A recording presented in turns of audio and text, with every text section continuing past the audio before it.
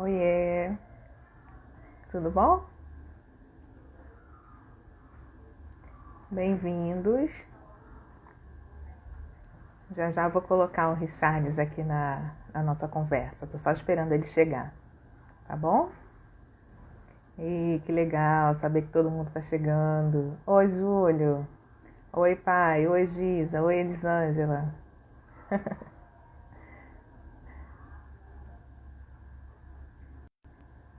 Vocês estão me ouvindo bem dessa vez? Estão me vendo direitinho? Hum? Deixa eu só ver aqui se ele já está por aqui. Ah, Richards entrou. Deixa eu chamar ele aqui, peraí. Ah, chegou. Boa tarde.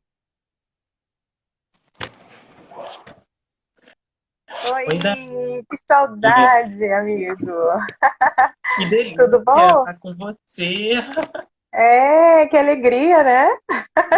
Que Olha, alegria. obrigada, viu, por você estar aqui com a gente nessa tarde de segunda-feira para falar de um tema tão importante, né? Deixa eu só fazer aqui, meu amigo, umas coisas importantes, né? Que eu preciso fixar o nome do nosso encontro aqui, rapidinho, coisas do Instagram, né? Para quem chegar aqui saber do que a gente está conversando.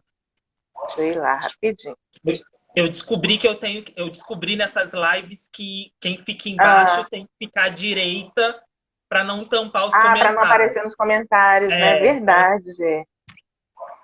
é uma boa dica. Ai, cada dia aprendendo um pouquinho.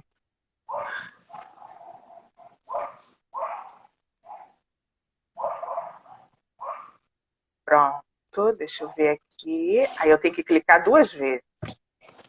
Fixar. Foi, apareceu. Oi, que legal.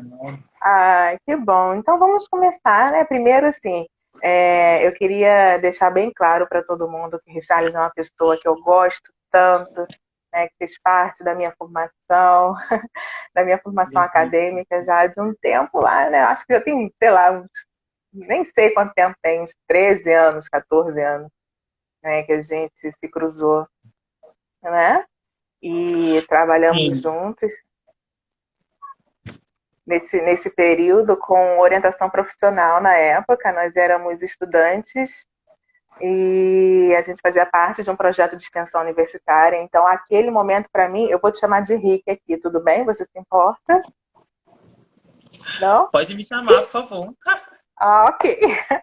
Então, naquela época, né, eu era até então uma estudante de graduação que estava seguindo o meu caminho, mas muito ainda sem saber que espaço era aquele que eu ocupava, não me encaixava muito dentro daqueles formatos da graduação tradicional, até que através do Pedro Paulo Bicalli, que hoje é presidente do CRP Rio, acabou unindo essa galera, então conheci Richarles, Luiz Otávio, Maíra, né, Newton, então uma galera muito boa, boa parte de nós da Sim. Baixada Fluminense, e aí eu Sim. realmente entendi que a universidade era um espaço que poderia ir muito além daquela parte física da sala de aula, então foi aquele momento, então foi revolucionário para mim, e nunca mais eu consegui me relacionar com o público que eu trabalho, né, sejam Uhum. atletas, ou sejam pacientes de consultório, sejam os alunos, de uma maneira diferente. Então, aquilo foi muito Uhum. transformador para mim. E foi muito importante ter cruzado, né, de você no meu caminho. Então, eu acho que você hoje já viveu tanta coisa, né? Tanto tempo que a gente não se fala assim presencialmente, mas eu acho que tem muita coisa aí para a gente trocar hoje. Queria que você se apresentasse para as pessoas. Nossa, Dani, é sempre muito legal te ouvir. Nossa, e é tão bom estar com você, mesmo nesse contexto tão complexo, né? Tão difícil que a gente está Sim, vivendo. sim.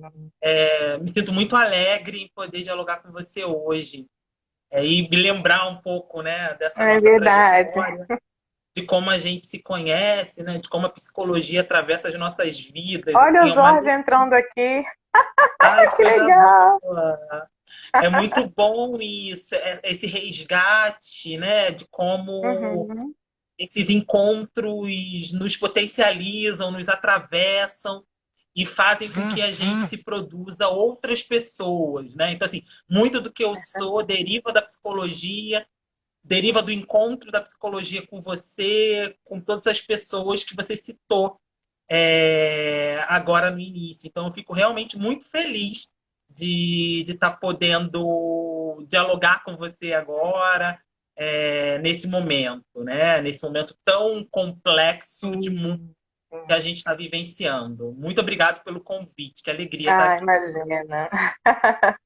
Me fala um pouquinho de você, assim, o que que você faz, né? A tua formação, por onde você anda, como é o seu trabalho. Fala um pouquinho pra gente.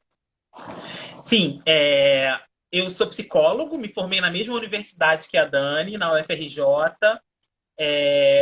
Logo depois da graduação, né, em torno de 2010, 2011, eu já tinha uma incidência muito intensa nos movimentos sociais, nos processos de Uhum, discussão sobre controle social, monitoramento de políticas públicas em âmbito nacional e um pouco no ambiente internacional. E eu vou me dedicar muito a essa intersecção da psicologia e políticas públicas, direitos humanos, a partir de alguns atravessamentos, gênero, sexualidade, raça, pensar essa intersecção mesmo, né? Como é que se pensava a construção de sujeitos democráticos num contexto de fortalecimento da democracia.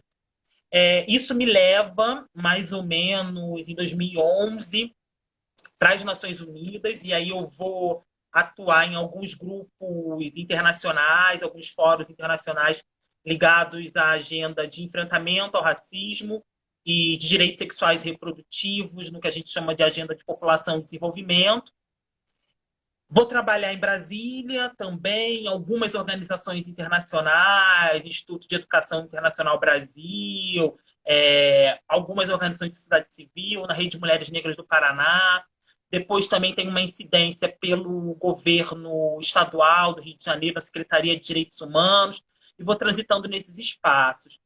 Até que mais ou menos em 2015, fui trabalhar no Ministério da Saúde, depois na uhum. Secretaria-Geral da República. Eu rodo bastante logo depois da graduação. Aí em 2015, eu já tinha rodado, acho que muito, eu resolvo diminuir um pouco a quantidade de viagens e de inserções, que foi muito mais ou menos, porque eu diminuí não tanto assim, para fazer o Aham, mestrado.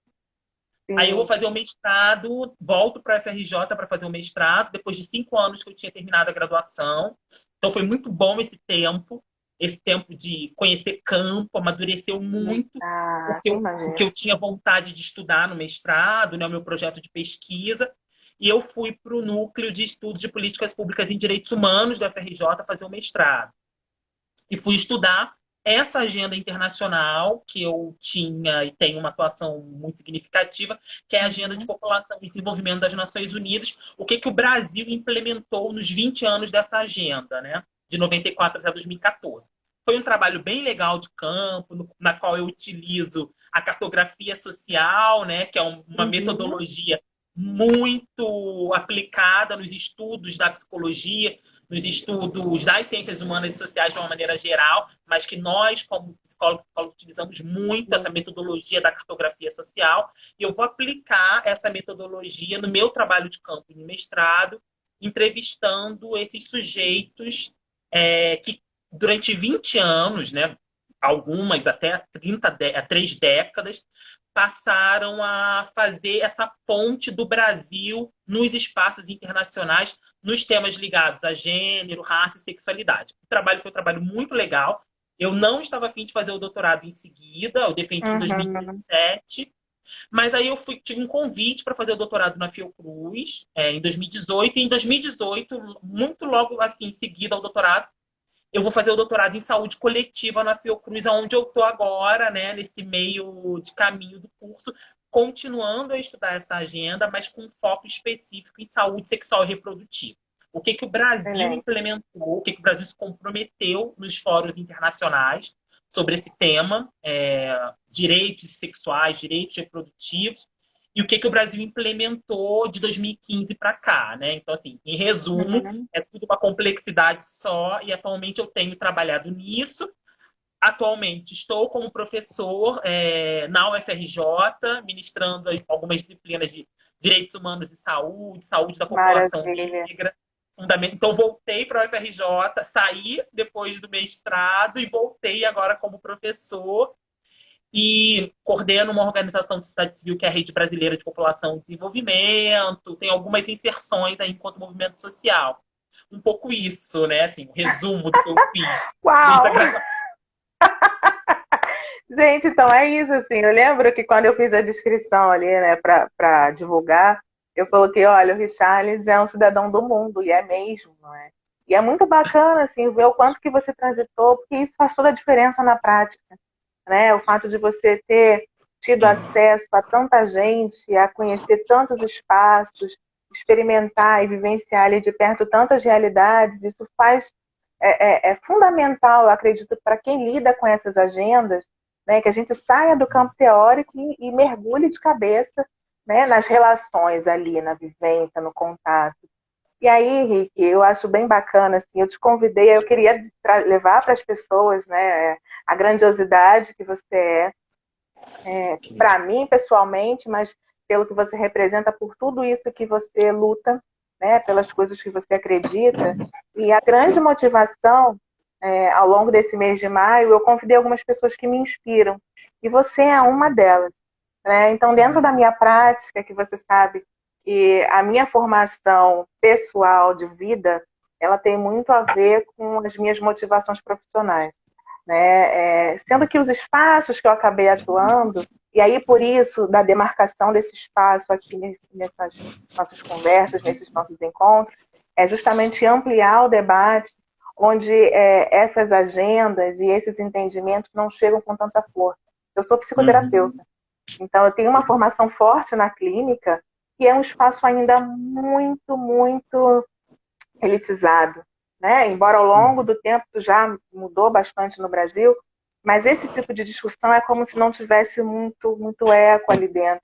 E por conta da minha formação de vida pessoal, né, de militância da família e até mesmo da formação acadêmica que a gente pôde compartilhar durante um tempo, tanto no esporte, que agora a gente está começando a ampliar esse discurso, né, esse debate, melhor dizendo, mas na clínica eu vejo também um movimento bem interessante dos psicólogos querendo levantar, né, e cada vez mais a gente expandir e levar. A grande questão é que os nossos espaços, né, tanto da clínica quanto da psicologia do esporte, que sejam intervenções com responsabilidade social. E isso falta um pouco na nossa formação nesses espaços específicos. Então, quando existe aí um grupo de psicólogos se movimentando nesse sentido, a gente precisa abrir espaço para essas conversas para que isso chegue. Né? Então, a grande motivação em te trazer aqui para falar com a gente, né, que eu sei que você tem uma experiência muito grande nesse campo, é fazer uma articulação do quanto que a violação de direitos ela tem um impacto na saúde mental. Por quê? Né? A clínica, de uma maneira geral, tende a vincular isso a uma relação muito individualista. Né? Questões relacionadas à hereditariedade, história de vida parental, as questões de pai, mãe e tudo mais. Sendo que nós vivemos num país, né, onde os direitos básicos são violados o tempo todo. E se a gente pegar aqui em relação aos dados, né, por exemplo, o Brasil lidera o ranking mundial de transtornos de ansiedade. E aí a gente não pode apenas acreditar isso, né, uma predisposição genética ou uma característica por conta da criação de pai e mãe. Então, hoje nós temos, sim, um grande número, um quantitativo gigantesco de pessoas que sofrem com transtorno de ansiedade generalizada por conta da violência, né, por conta, enfim, transtorno de estresse pós-traumático, por uma série de motivos. Populações, né, os mais vulneráveis, estão sempre em situação de risco, estão mais vulneráveis a uma série de coisas. Então, assim, eu queria que a gente entrasse nesse debate e conseguisse conversar, até mesmo no esporte. Né? Muito se fala do resultado, do rendimento e tudo mais, mas como aquele atleta passou por uma série de situações, né, de ausência de políticas públicas que poderiam, de repente, fazer com que ele pudesse ter direito a outras escolhas. Né? O esporte acaba sendo a única saída para muitos deles. Então, essa preocupação eu sempre carreguei, mas não encontrei muito eco nos espaços que eu encontrei, né, de uma maneira mais ampla. E aí agora eu vejo essa necessidade das pessoas discutirem, e eu acho, nossa, que bom, então é agora. É agora, Sim, principalmente no momento atual que o Brasil se insere. Né? Então, esse tempo de sim. obscurantismo, a gente não pode. Eu não me perdoaria se eu passasse por esse período todo calada e observando as coisas acontecerem. Essa não seria eu. Então, eu Uhum, acho que o espaço é para sim. isso. Né? Então, eu queria que você falasse um pouco sobre o que você pensa a respeito, o que você tem para trazer para a gente, enfim. Dani, eu acho extremamente valiosa essa reflexão e potencializar o compromisso social aonde a gente estiver inserido. Assim, a psicologia, como a gente sabe, a psicologia passa por um processo nos últimos 30 anos, em especial, de uma aproximação com a temática do compromisso social, né? De uma prática Uhum. extremamente individualizante, de entender os processos de constituição da subjetividade sem estar ancorados em dinâmicas que se relacionam com os atravessamentos sociais, por um movimento político, epistemológico, ético, de entender que qualquer processo psicológico se relaciona diretamente com atravessamentos que são relacionados à produção da história, à produção da sociedade, à produção da cultura. Esse é um movimento que não é um movimento tão antigo assim quando a gente pensa a Uhum. constituição da psicologia como ciência e profissão. E não é à toa que essa característica é uma característica que até hoje ela tem uma representação sobre o modo como as pessoas pensam o campo e as áreas de atuação da psicologia. Isso é tão forte que ainda hoje, quando a gente vai conversar com as pessoas, né? Não, o que o psicólogo faz? O psicólogo é aquele profissional da terapia, né? Então as pessoas têm uma Sim. compreensão ainda muito limitada da prática psicológica. E o que eu acho interessante nisso que você está trazendo é porque é impossível pensar a constituição de uma ciência e profissão pautada nos processos psicológicos que não sejam atravessadas pelas dinâmicas e pelos atravessamentos que são sociais, que se dão. Como é que a gente pensa agora, por exemplo, o impacto sobre a saúde mental do fenômeno da pandemia, né? Assim, é uma questão que está colocada no conjunto da sociedade global e que tem impactos reais sobre os processos psíquicos dos sujeitos. E esses impactos, eles são diferenciados se você tem a possibilidade de ter isolamento social com qualidade, Sim, né? perfeito. Se você tem a Uhum. possibilidade, por exemplo, de acesso a medicamentos, se você tem acesso a um contexto de saúde, ou se você tem que necessariamente estar trabalhando agora porque você não tem a renda básica mínima para poder ficar em casa. Os efeitos dessas experiências subjetivas, psíquicas, de sofrimento, que é um sofrimento em tese até muito democrático, que pode atingir todo mundo, Uhum. eles são diferenciados a partir de inúmeras questões que se estruturam no âmbito da sociedade. Se a gente não considera isso, a gente não dá conta dessas experiências, que são experiências reais, né, que se Exatamente. colocam no campo, que tá germinando para a gente. Então, assim, só não enxerga realmente quem não quer enxergar essas questões que se colocam na materialidade desse real psíquico. E o que eu acho que também é muito importante trazer aqui é que, em especial, assim, é importante observar também algumas mudanças, né? Que eu acho que, Uhum. apesar de ter Uhum. muitos retrocessos, eu fui dar agora, no início do ano, eu fui convidado para fazer uma fala na Semana da Psicologia, aquela semana de ambientação dos estudantes novos da Sim. UFRJ. Uhum. E depois, desde que eu saí da UFRJ em 2010, foi a primeira vez que eu voltei para o curso de psicologia, ou seja, depois de 10 anos. E aí eu tive, o tema da minha mesa, né, era sobre psicologia, os impactos do racismo, alguma coisa nessa linha, né? Uhum. E Dani, foi surpreendente ver uma universidade muito mais negra Transformada. do que a Ah, que nossa, delícia. né? Sim, Primeiro dado, imagino. né? Um dado étnico-racial, ou seja, as Uhum. políticas de cota produziram Sem uma nova dúvida. demografia, né? No curso de Uhum. psicologia da UFRJ, por exemplo. Bom, então tem uma questão de uma estruturação de racismo. Eu lembro que na minha turma, quando eu entrei em 2004, a minha turma tinham 3 pessoas negras de 80 ou 90. Então, É. assim, hoje você perceber que você tem uma composição demográfica racial totalmente diferente daquela de 15 anos atrás, mais 15 anos atrás, quando eu entrei, quando a gente estava na UFRJ. Sim, E o exatamente. tema, quando que a gente ia discutir os impactos do racismo no sofrimento mental, assim, na saúde mental, era impensável há 16 anos atrás. Imagina. Uhum. Então é muito legal perceber que existem algumas possibilidades, essas linhas, né, que se abrem Sim. nessa construção. Ainda são limitadas, né? Mas eu acho que é importante também afirmar isso. Eu acho que a gente está caminhando, enquanto sociedade, para a produção de espaços aonde essas temáticas não sejam mais invisíveis como eram Na há nossa 20 vida. anos atrás, há 30 anos atrás. E trazer esses marcadores sociais são fundamentais para qualquer experiência profissional. E eu observo isso quando eu analiso, por exemplo, as temáticas de direitos humanos ligadas à Covid, mas quando eu analiso, por exemplo, as temáticas de saúde mental, de direitos sexuais e reprodutivos, de acesso a insumos e métodos contraceptivos, a temática, por exemplo, do planejamento familiar, tudo isso está atravessado, né, sem sombra de dúvida, por esses atravessamentos que são históricos, sociais, culturais, Uhum.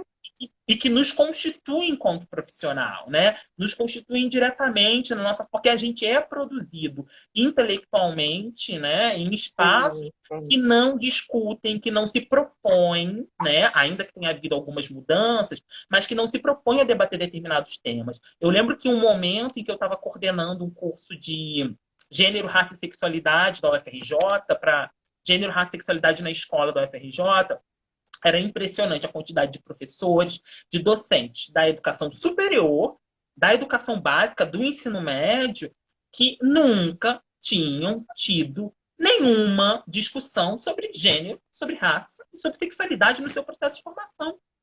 Né? E que, muito legal, estavam dispostos a ir lá e debater esses temas e se atualizar, se recolocar a partir de uma demanda. Aí você pensa, que sociedade é essa que produz profissionais que vão atuar em diferentes níveis de Exatamente. educação e que não discutem a temática racial num Brasil que é majoritariamente negro, que não discute a temática de Exatamente. gênero num Brasil que é majoritariamente feminino, composto por mulheres, num Brasil e não discute a temática da sexualidade num país que mata travestis e transexuais, que Sim. tem inúmeros preconceitos e discriminações com base na orientação sexual e identidade de gênero. Ou seja, a gente está o tempo inteiro ainda tendo que afirmar a constituição desses determinantes estruturais nos processos psíquicos na nossa prática profissional. Eu acho que o legal quando eu percebo hoje é que assim, a gente chegou na psicologia em 2003, 2004, né? Isso, E isso, ainda isso. assim a gente teve uma possibilidade muito legal de ter tido contato com algumas discussões trazidas por essas perspectivas, desses atravessamentos todos. Uhum.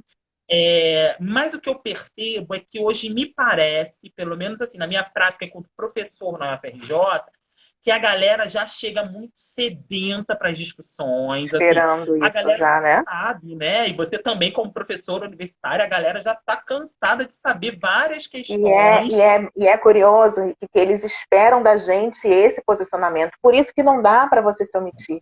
Né? Talvez no tempo atrás, há 10, 16 anos atrás, nós não tivéssemos essas referências, até porque aquele é um espaço de poder, né? De perpetuação de poder. Então não eram demandas e ainda não são demandas de uma classe hegemonicamente branca, assim, né? Sim, Predominantemente, não digo hegemonicamente, mas predominantemente branca. E aí, quando nós chegamos com essas nossas novas demandas, com essas necessidades, ainda que de um modo ainda muito, né, sutil e tudo mais, e ocupar esses espaços é muito importante, porque a gente não deve esperar deles que eles levantem essas possibilidades de discussão, porque essas são vivências muito mais próximas da nossa realidade do que a deles, da realidade exato, deles. Então, quando exato. existe um processo, né, de mudança na estruturação do acesso ao ensino superior, né, o Enem mudou muita coisa, nós não pegamos, e a política de cotas, sobretudo, essa galera entra e diz assim, olha, que universidade é essa que não atende às nossas necessidades? Então, de uns Uhum. tempos para cá, de uns 10 anos para cá, né, acho pouco menos, se não me engano é de 2012, a lei de cotas, mas nesse período aí de quase uma década, a produção, né, acadêmica sobre esses temas ela cresceu absurdamente. Sim, Não porque os professores que já estavam começaram a se interessar, mas porque essas pessoas que entraram começaram, e aí? Né? Vocês não vão falar sim. sobre gênero, vocês não vão falar sobre raça, vocês não vão falar sobre sexualidade, vocês não vão falar sobre os Uhum. diversos assuntos, e aí a nossa formação não está completa. Então, eu acho que é muito bonito você retornar ao FRJ hoje, né, num outro Sim. lugar, e encontrar. Eu tive essa experiência também em 2018, quando também fui participar de uma palestra da Carol Juvenil, que não está aqui, sobre racismo, sobre, né, esses Uhum. impactos, né, na saúde mental também. E aí o pessoal do laboratório de TEPT, que fala muito sobre essa questão da violência e tudo mais, das minorias. E era um evento ligado à terapia cognitivo-comportamental. Que eu falei assim, meu Deus, eu não estou acreditando nisso. TCC lidando com minoria, o Heitor acabou de Uhum. entrar e é um grande entusiasta do tema.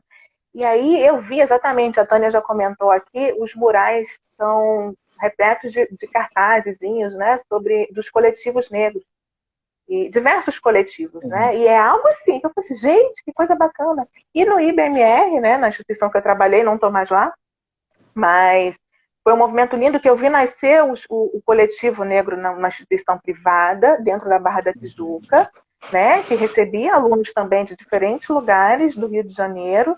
E assim, olha, nós temos que debater isso sim, vamos levar essa discussão. Foi quando eu te convidei, uma das vezes, para você Sim, entrar em contato com a turma. Né? Então, eu sim, acho isso fundamental. As pessoas precisam levantar esses debates e tudo mais, mas ainda é uma discussão que é levantada por nós.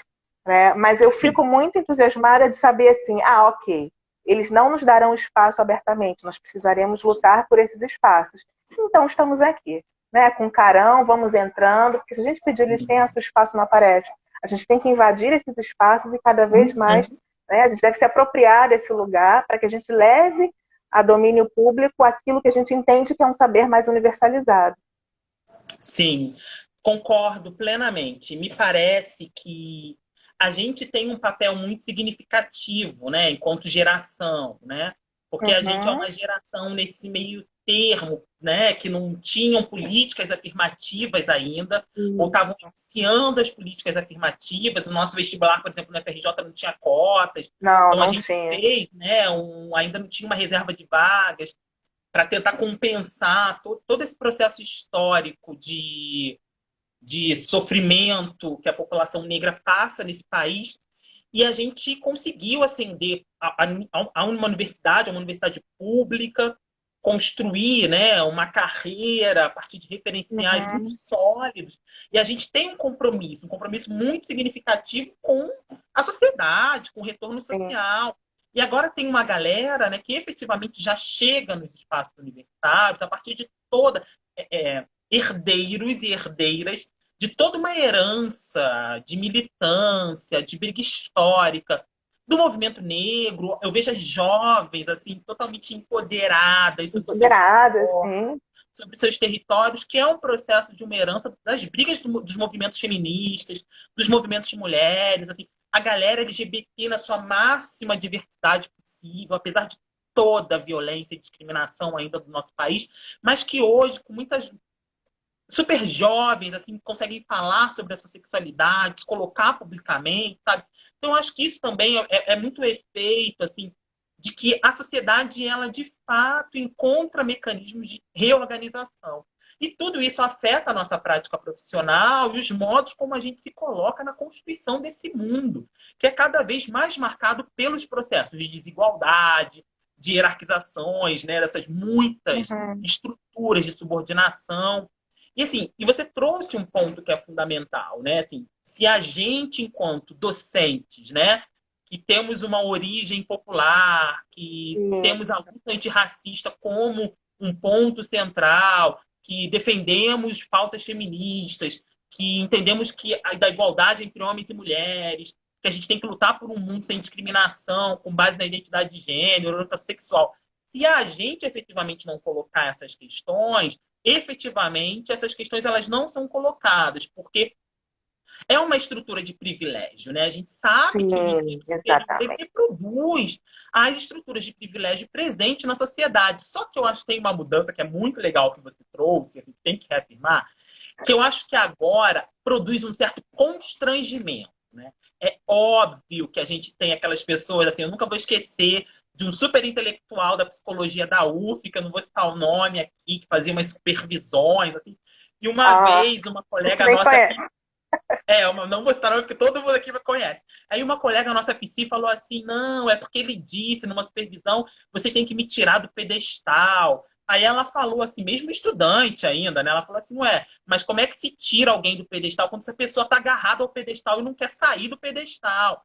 Hoje em dia, ainda tem essas figuras, né, nas universidades. Mas hoje em dia, os nossos alunos, eles já chegam muito preparados. Assim. Então, a gente pode até não querer falar sobre esses temas, mas esses temas, eles surgem nas aulas porque as meninas, elas são totalmente super feministas, elas já apautam os temas. A galera LGBT está se colocando a partir, saindo do armário e Uhum. dizendo sou Sim, lésbica, sou bi, sou gay, né? E se colocando dessa forma nas nossas salas de aula. O pessoal, né? E a gente tem uma composição racial diferenciada. Então, assim, ainda é muito pouco? Ainda é muito pouco. A população brasileira é 50%, a população negra é 50% da população brasileira. Então, enquanto a gente não tiver, no mínimo, 50% de pessoas negras nas universidades, a gente não tem uma representação real do que é a sim. demografia brasileira. E isso ainda não aconteceu. Nós somos nas universidades públicas aproximadamente 15%, né? Se a gente para pensar Uhum. racialmente. Então, ainda está muito longe da gente chegar. Mas é muito diferente de 20 anos atrás, quando a gente era 2%.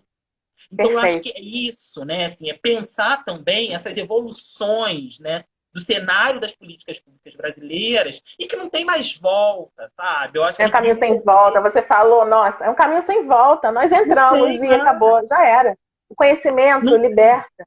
E a gente vai gritar por aquilo que a gente acha que é direito. E não é nem o que a gente acha, porque é o direito, né? Então, se a gente tem uma série de documentos que, de uma maneira geral, visam garantir o acesso da população à educação, né, no ensino básico, gratuita, né, aos sistemas de saúde, ao direito à liberdade de expressão e tudo mais.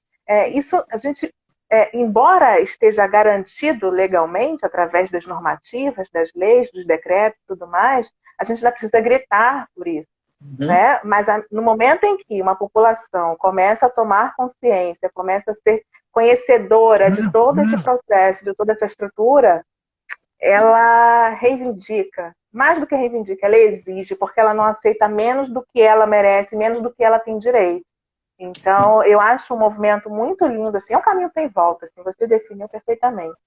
Daqui para sim. frente, talvez ainda não veremos, né? Eu tenho um filho de 5 anos, então provavelmente eu não vou ver coisas que eu espero que o João veja, né? Então a gente planta, assim como outras gerações plantaram muito antes da gente, por outros caminhos, que mais ações e talvez esse 50% talvez eu nunca chegue a ver, né? Mas talvez o João já chegue bem perto disso na, Sim. na, na vida, Eu enfim. acho que é isso, né, Dani? É a gente entender que os processos históricos eles são atravessados por muitas questões e que não são ganhos, né? Assim, a gente precisa o Uhum, tempo inteiro estar cuidando para não haver retrocessos. Eu acho que a realidade brasileira é uma realidade muito significativa nesse sentido, né? Então, assim, talvez por algum momento a gente achou que determinadas pautas estavam consolidadas ou minimamente uma retaguarda e a gente percebe que não, né? Que a gente não uhum. tem movimentos públicos, uma ciência ativa na defesa da vida, né? Hoje a Fiocruz faz 120 anos e o slogan nosso da Isso! Fiocruz é Exatamente. um pacto em defesa da vida. Se a gente não reafirma as políticas de vida, a gente tem grandes chances de haver retrocessos. Assim, a gente está o tempo inteiro reafirmando que determinadas ações não vão. A gente não vai perder, a gente não vai perder porque a gente vai lutar para não perder. Mas não é um ganho naturalizado. Eu acho que essa é a nossa contribuição da psicologia muito boa, né?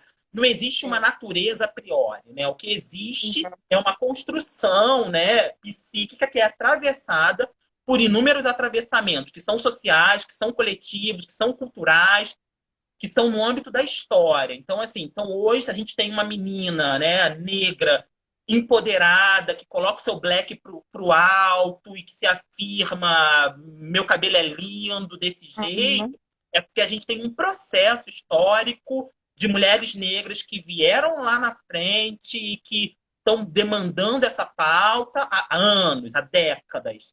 Né? Sim. E se a gente não cuida desses processos, perspectivas de embranquecimento ressurgem de outros lugares para pautar que essa pauta não é linda, que as coisas não têm que funcionar por aí. Ou seja, não tem um campo de batalha ganho. O que a gente tem Uhum. efetivamente são lutas históricas. Para a gente dos direitos humanos, assim, para as teorias críticas dos direitos humanos, assim, é fundamental pautar que direitos humanos ele é o que se opera nas lutas sociais, né? A marca da lei ela não está efetivada diretamente na aplicabilidade por um direito. O que Uhum. constitui um direito, né? A galera, o pessoal da teoria dos direitos humanos, assim, diz que o que constitui a efetivação dos direitos humanos é efetivamente você reconhecer que não tem direito e um campo de emancipação de luta. Se a gente tem hoje políticas afirmativas com base, né, nas muitas desigualdades raciais do Brasil, é a partir das constatações do alto grau de violência da juventude negra, do alto grau de violência da mortalidade materna, que mata mais mulheres negras que mulheres brancas. Se a gente tem uma política de igualdade racial no Brasil, uma política de cotas, é efetivamente porque a gente tem Uhum. inúmeras desigualdades raciais. Exatamente. E isso não Exatamente. é dado, né? Isso não é dado. Se não tem agora movimentos que mantêm essa chama de luta viva como uma pauta antirracista, tem movimentos contrários no interior da sociedade, a gente não precisa nem dizer, né, quais Uhum. são, mas que estão presentes aqui. É uma sociedade em disputa. E se isso não está minimamente colocado para todos e para todas nós, a gente perde essa batalha, porque de fato é um campo de batalha. Eu fico pensando quando há 10 anos atrás, ou há 15 anos atrás, quando a gente entrou na FRJ, a gente ia se deparar, 15 anos depois, com discussão se a Terra é plana, se a Terra é redonda. Ah, Isso era gente. impensável, né? Exatamente. Assim, Uhum. então, assim, ou seja, não é ganho. A galera que das relações internacionais, né, que pega políticas de desenvolvimento no mundo, a Síria, em 2010, tinha atingido todos os objetivos de desenvolvimento do milênio. Todos. Igualdade de gênero, a questão da água, saneamento básico, direitos das mulheres, igualdade, né? Pelo menos os indicadores Uhum. básicos de igualdade entre homens e mulheres. A Síria hoje é um país em extrema guerra civil, ou seja, você ter a construção de um direito momentâneo não significa que a gente vai manter. E eu acho que o exemplo brasileiro, infelizmente, é um triste exemplo hoje de muita preocupação para a gente, né? Sim. A gente ter Uhum. consolidado algumas políticas. O Brasil hoje é um Brasil melhor do que era para algumas agendas quando a gente compara 30 anos atrás. Isso sem sombra de Sim, sem dúvida. dúvida. Só que a gente não sabe como vai ser daqui, por exemplo, a 5 anos, né? Na Constituição de políticas que vocalizam a morte em detrimento da liberdade, de uma pauta de direito. Uhum. A gente está o tempo inteiro oscilando nessa defesa da democracia e pontos que para a gente pareciam em algum momento que eram pontos consensuais, a gente percebe que não é consenso. A gente precisa ter que dizer para as pessoas chequem essa informação, porque essa Ah, informação ela pode ser falsa e o efeito de uma informação falsa gera morte em todos os exato. sentidos. Seja a Isso morte. é muito importante, Henrique, porque a nossa geração, né, a galera aí dos 30 e poucos anos, nós somos pós-Constituição de 88, assim, né? A gente é da geração de 80, então aquilo que nós aprendemos na história, isso que você está dizendo é muito importante, né, dessa dinâmica, que os direitos eles não estão segurados para sempre, é uma Uhum, luta constante. Né? Então, eu uhum. jamais imaginaria nessa discussão de terra plana atualmente e muito menos que a gente poderia discutir outras agendas, né, a perda de alguns direitos, que se discute hoje, atualmente, 2020. Então, eu falo assim, gente, eu não estou acreditando, né, no que eu estou vendo neste momento. Então, há um tempo atrás, eu tinha a inocência de pensar assim, poxa, é para frente que se anda somente, né? E não, a história diz o contrário, mas eu nunca tinha experimentado isso, né, enquanto Uhum. cidadã. Então, eu acho Sim. que é muito da nossa responsabilidade a manutenção por essa luta, porque não dá para a gente relaxar. Se outras gerações lutaram bastante para que nós tivéssemos o que nós temos hoje, cabe a nós, nesse momento, lutarmos para que a nossa geração atual e as futuras tenham um mínimo, né, Sim. para que essas coisas continuem, porque senão a gente dá passos para trás e assim, a gente não pode relaxar. Você está perfeito na sua colocação. Sim. Não, e eu acho que cada vez mais, né, Dani? porque eu acho que nesse momento, e isso é um impacto, a gente está falando diretamente do tema dessa live, né? Essas Sim. questões têm um impacto direto sobre a nossa saúde mental.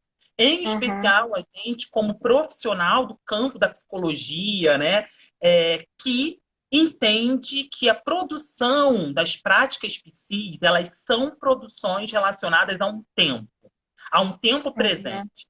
Nesse tempo presente, marcada por uma tamanha desigualdade, os cenários de catástrofe, né, de catástrofes internas e subjetivas, eles são fortemente marcados por todos esses processos.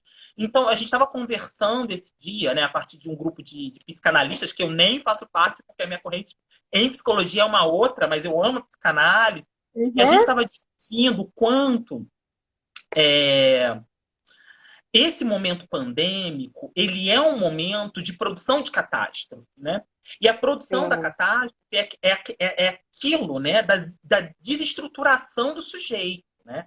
A catástrofe nos traz a experiência do luto, do sofrimento, da dor e daquela passagem ao ato, aonde a gente não tem a possibilidade de reflexão. Então, nesse momento, a gente está nos foi impedida uma possibilidade de reflexão, que era a possibilidade de reflexão do convívio social.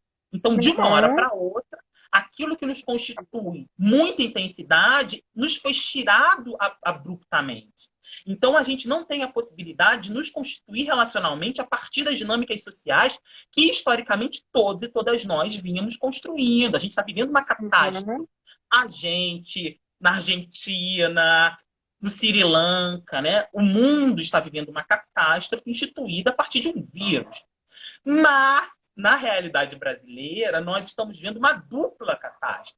Ah, sim. Porque a gente está tendo que lidar com este processo de sofrimento e luto dentro de um outro processo de sofrimento e luto, que é aquela catástrofe da política da morte que se chega entre nós Perfeito. a partir da referência da política instituída. Então a gente está numa dupla catástrofe. Então tudo para a gente é muito pior, o sofrimento ele é muito maior. Então é muito difícil, numa dupla catástrofe como a nossa que estamos vivenciando, a gente encontrar algum nível de positividade, né? E aí, Uhum. assim, tentando pensar a saúde mental, é fundamental a gente marcar esses momentos também como momentos possíveis de reflexão, em considerando o nosso. Cada vez mais eu falo isso, eu tenho traduzido melhor o meu discurso, assim, qualificado mesmo.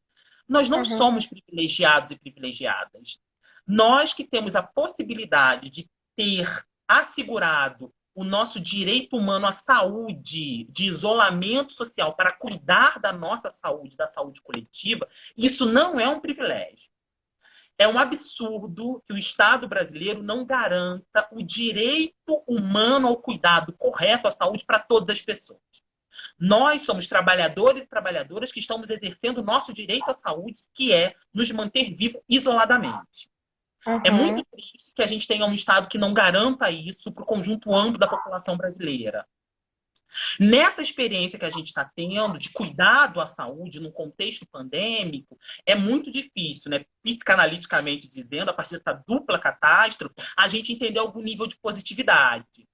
Até Uhum. porque, em geral, nas catástrofes, a gente não consegue enxergar as potências possíveis que podem emergir de tanto sofrimento. Eu tenho lido e eu tenho falado isso, né, em todos os lugares onde eu tenho sido convidado para refletir, e é a terceira vez que eu falo isso publicamente. Eu li, há pouco tempo atrás, o livro do Rui Castro, né, O Carnaval da Gripe e da Guerra.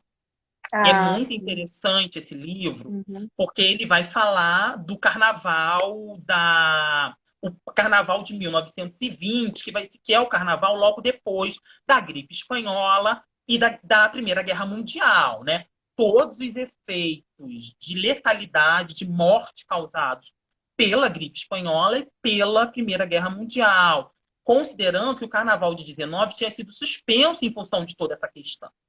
E ele vai trabalhar muito nesse livro, assim, que o Carnaval de 20, ele vai ser um carnaval da catarse, né? Catártico total, né?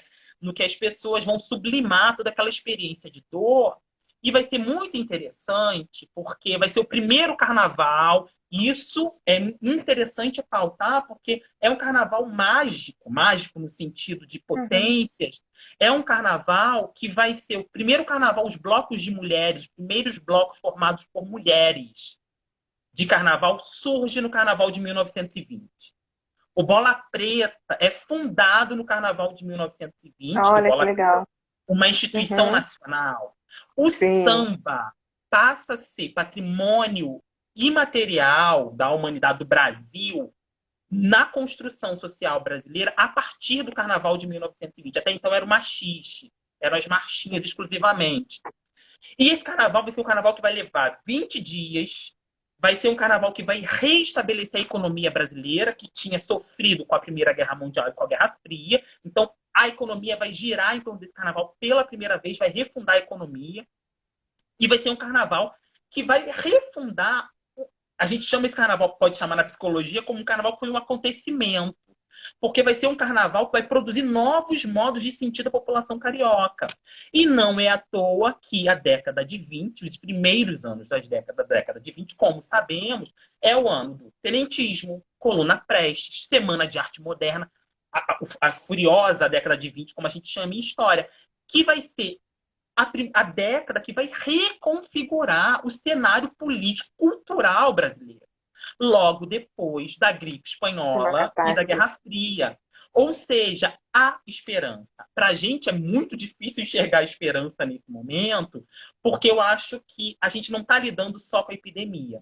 A gente está lidando Exatamente. A crise com política. a Uhum. política perversa de morte que incide sobre Uhum. nós no marco da epidemia. Então, enxergar a positividade num contexto desse é um sofrimento, né? Porque a gente tem que ir no Uhum. meio da morte real, né? Da morte letal, de saber que Uhum. hoje são 22 mil pessoas que Milhões morreram. brasileiros. E eu me solidarizo intensamente sobre isso, né? Saber que são mortes evitáveis, né? Muitas Sim. daquelas mortes não precisariam ocorrer se a gente tivesse uma política correta. Então a gente está tendo que lidar com essa morte e lidar com a morte da política. E aí fica um vazio existencial, né? Eu acho que talvez espaços como esse sejam espaços que a gente deva potencializar muito mais como formas de encontrar novas linhas de fuga para a produção de projetos mais saudáveis no meio de um contexto tão doentio, né? Então, eu não tenho É esse dúvida o que ponto, né? Uhum. eu não tenho dúvida que a gente precisa de espaços mais assim, né? Mais potentes assim.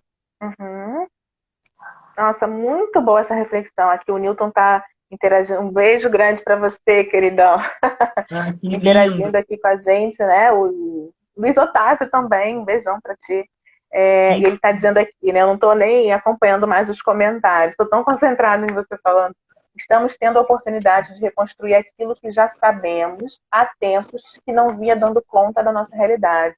Né? Então, imagino que nesse momento, né, as pessoas que estão se disponibilizando a uma reflexão, ao engajamento e tudo mais, talvez, quem sabe, né? Eu acredito muito nisso. Ou a gente, lógico que é muito difícil a gente imaginar um cenário de positividade, eu também não sou muito favorável a isso, mas ao mesmo tempo, as alternativas que a gente tenta encontrar para tentar dar conta disso possam gerar frutos que, sim, em algum momento daqui para frente, né, a gente consiga se reorganizar. Então, eu Eu vejo acredito nesses muito nisso. momentos um espaço de muita potência, de criatividade, de reinvenção, de formação de novos vínculos, de laços.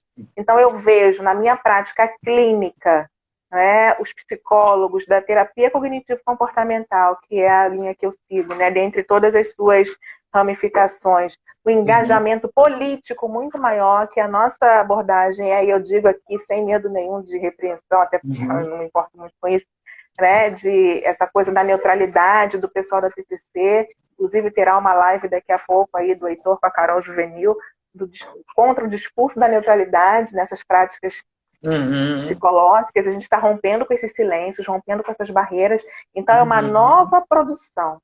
Então está vindo aí uma geração de psicólogos em diferentes campos, e vejo esse movimento também surgindo no esporte, que é a área que eu milito há mais tempo, né? Então, não é um discurso só preocupado com o rendimento, e que a dificuldade que eu sempre encontro no esporte é que o discurso da meritocracia ali é muito acentuado, né? Então, eu tô porque eu mereci. Então, é muito difícil a gente conseguir falar sobre assuntos relacionados a políticas públicas, ao acesso a uma série de, enfim. Mas eu vejo, sim, o engajamento de profissionais da nossa área e de vários outros campos, né, se articulando e promovendo debates. Então, esse tem sido um período que, apesar de toda, né, essa atmosfera nublada, eu ainda vejo colorido, ainda vejo esperança, eu vejo uma energia, um engajamento muito grande das pessoas. E é isso que me Sim. enche de esperança. Por isso que você está aqui, por isso que nós estamos aqui debatendo, Não, tem sim, pessoas e eu acho que é assistindo, muito legal. interagindo. Dani, tem algumas coisas que são muito interessantes a analisar nesse momento. Primeiro de tudo é que é muito difícil analisar esse contexto, porque analisar tempo presente é de uma Sim, complexidade sim. única.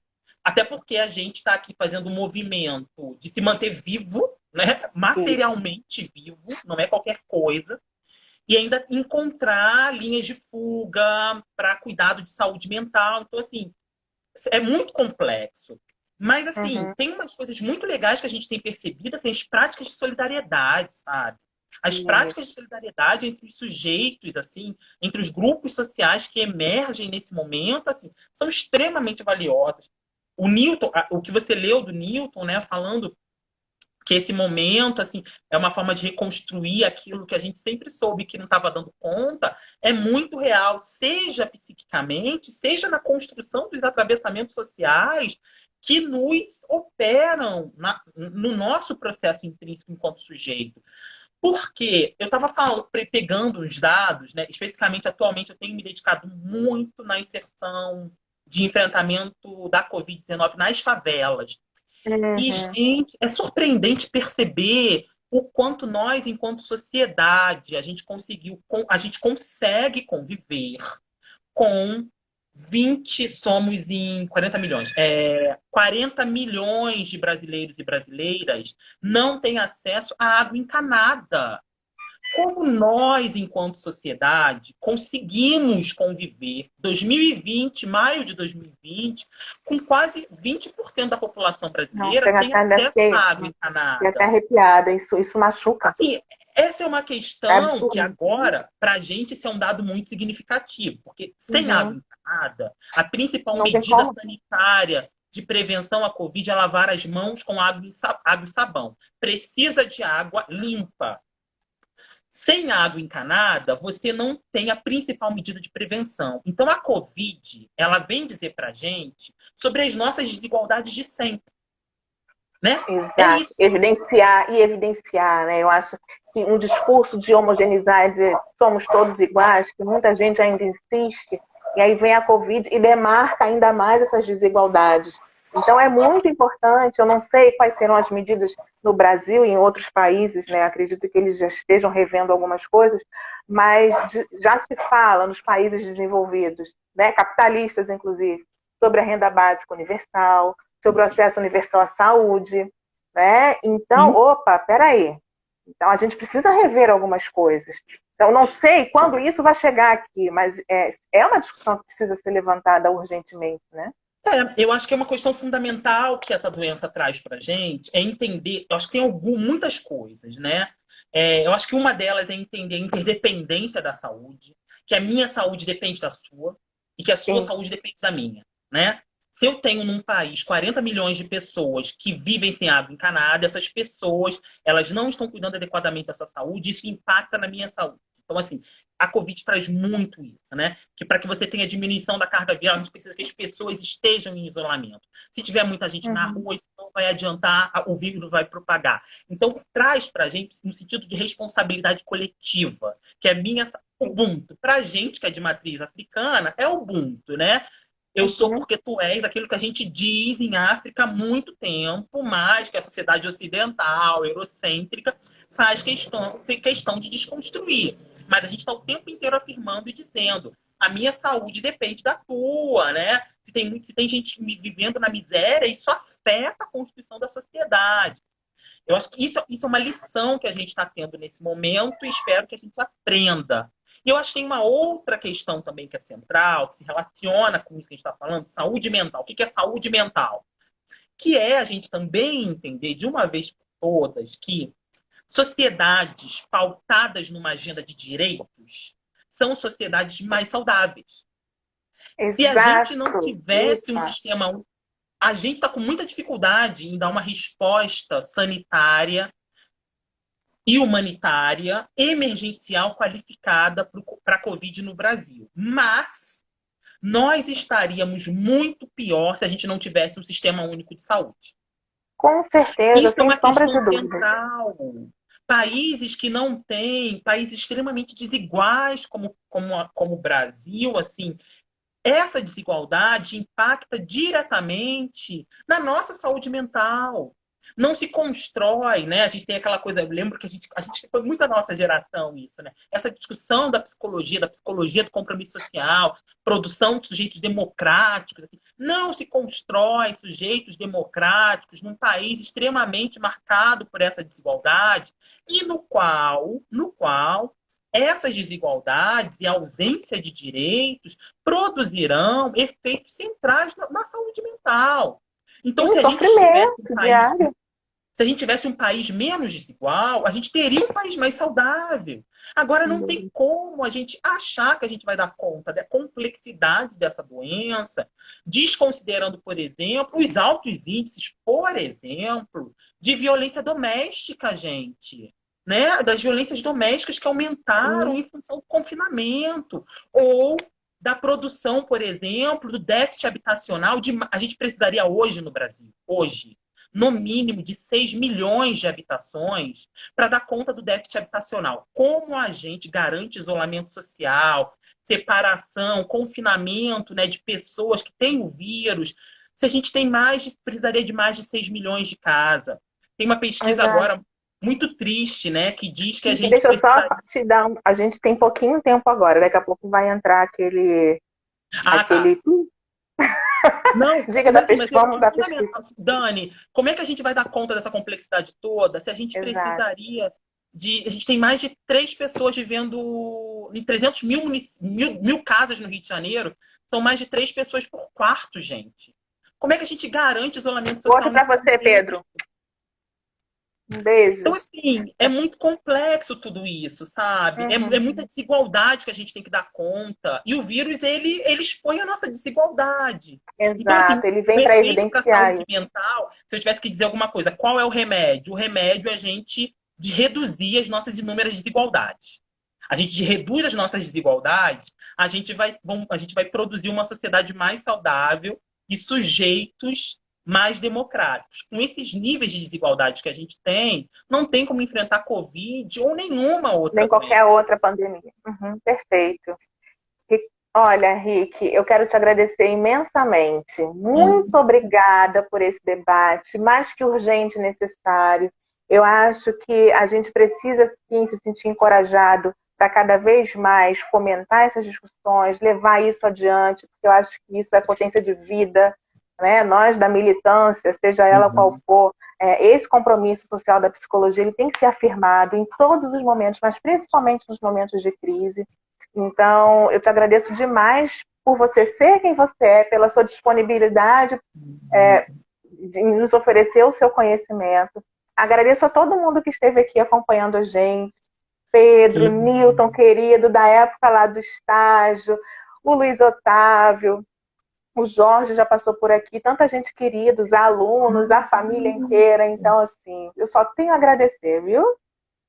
Eu que agradeço, que delícia de espaço. A gente precisa de mais espaços assim para se ver, né? É tão bom, é tão bom. A gente está com saudade. Que todo mundo fique em casa, se cuidando, para que isso passe logo. Muito obrigado, Dani. Estou muito feliz, muito feliz. É claro que eu vou salvar a live, né, gente? Isso aqui vai ficar lá registrado. Apareceu lá o nosso cronômetro. Então, para a gente não ser expulso, né? Que tudo apaga. Muito obrigada, se cuidem. E olha, vamos continuar aí na nossa luta, que, como você disse muito bem, ela tem ondas, né? Que parece que a gente se segura ali, mas a gente precisa continuar lutando para sempre, porque é assim que funciona nesse mundo. Então, vamos que vamos. Que Beijo delícia. grande, querida. Beijo.